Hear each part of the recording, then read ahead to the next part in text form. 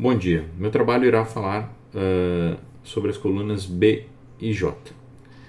O entendimento material de coluna para a maçonaria é de uma viga cilíndrica vertical oca que sustenta simbolicamente o templo. Arquitetonicamente, as colunas possuem diversas formas de adorno, sendo encimadas por capitéis com posições variando entre gregas, egípcias, romanas e etc.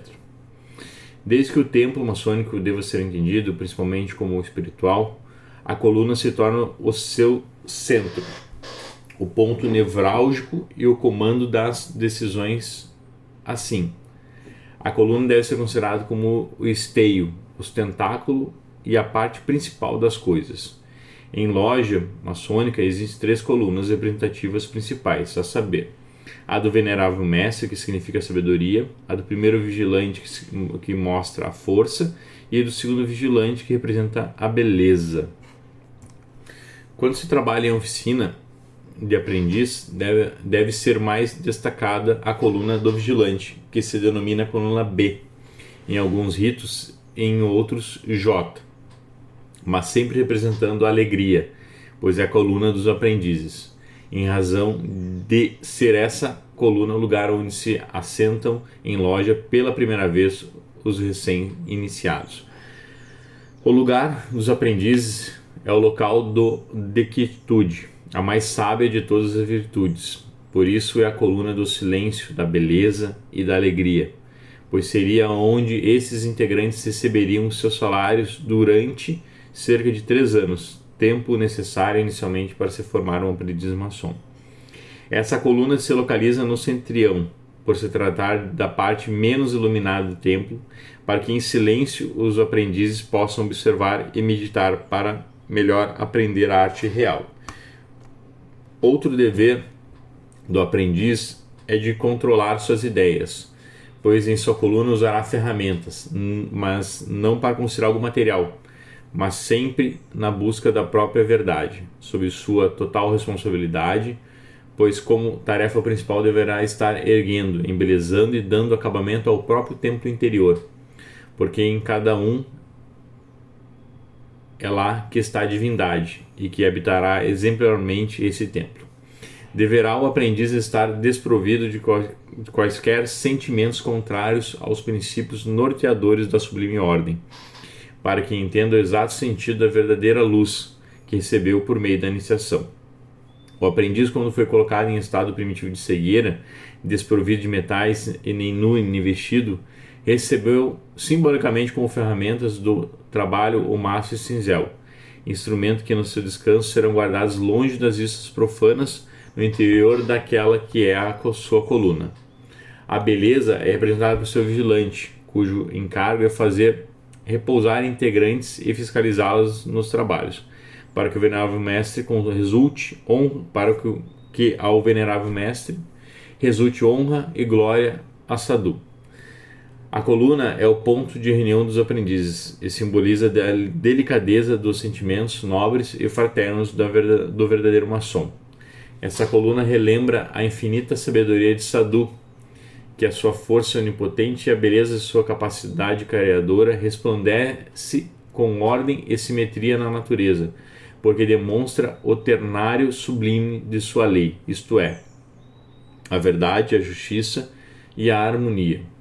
Os ritos que denominam essa coluna pela letra J, vale mencionar, essa letra é a inicial do nome do terceiro filho de Simeão, sendo esse filho de Jacó, o pai dos Jaquinitas, que formaram a 21ª das 24 famílias sacerdotais dos judeus. A letra J significa homem justo e estabelecedor, ou tornar estável, motivo pelo qual a coluna é tida ainda como a do estabelecimento. Parte dos símbolos maçônicos foi legada pelos maçons operativos aos especulativos, e outra parte pelos cabalistas, hermetistas e alquimistas, todos maçons aceitos que pertenceram às primitivas lojas especulativas. Naquela fase eram oculistas os que legaram parte da ritualística da ordem, como a utilização de velas, espadas, painéis. Contudo, as colunas são legados da maçonaria operativa, tendo seu significado esotérico ampliado pela maçonaria especulativa. Dos vestígios cabalísticos, alguns foram acompanhados por pensamentos hermetistas, sendo o caso da significância das colunas J e B, que demarcam a entrada do templo maçônico, porque é exatamente ali, entre as colunas, que se situa a porta imaginária desse templo. Portanto, antes do alinhamento das colunas, estar-se-á internamente no edifício, mas não no templo. Cabe salientar que a ordem da letra B e J nas colunas, que depende do rito adotado pela oficina, não deve alterar a conduta e as ações dos aprendizes, de vez que em qualquer dos ritos a coluna do segundo vigilante será sempre a coluna da beleza e a coluna da pedra bruta. Como já dito, as colunas são ocas e guardam as ferramentas que são utilizadas pelos maçons. Tais ferramentas devem ficar ocultas a vistas profanas até o novo trabalho, porque é também ao pé das colunas que devem ser pagos os salários obreiros, para em seguida despedi-los contentes e satisfeitos. Assim, como se concebe alguém satisfeito sem ter feito um bom trabalho, ou quem trabalho espiritual ou moral teria feito em prol de alguém ou alguma coisa que o ajudasse a desbastar sua pedra bruta? Ora, de nada adiantaria relatar, examinar ou pesquisar as colunas do templo se elas não se compreendesse seu significado, se delas não se compreendesse seu significado mais amplo. Certamente nada útil resultaria referente ao simbolismo dessas colunas. Se a porta do templo do seu eu interior estiver fechada nos ensinamentos da sublime instituição.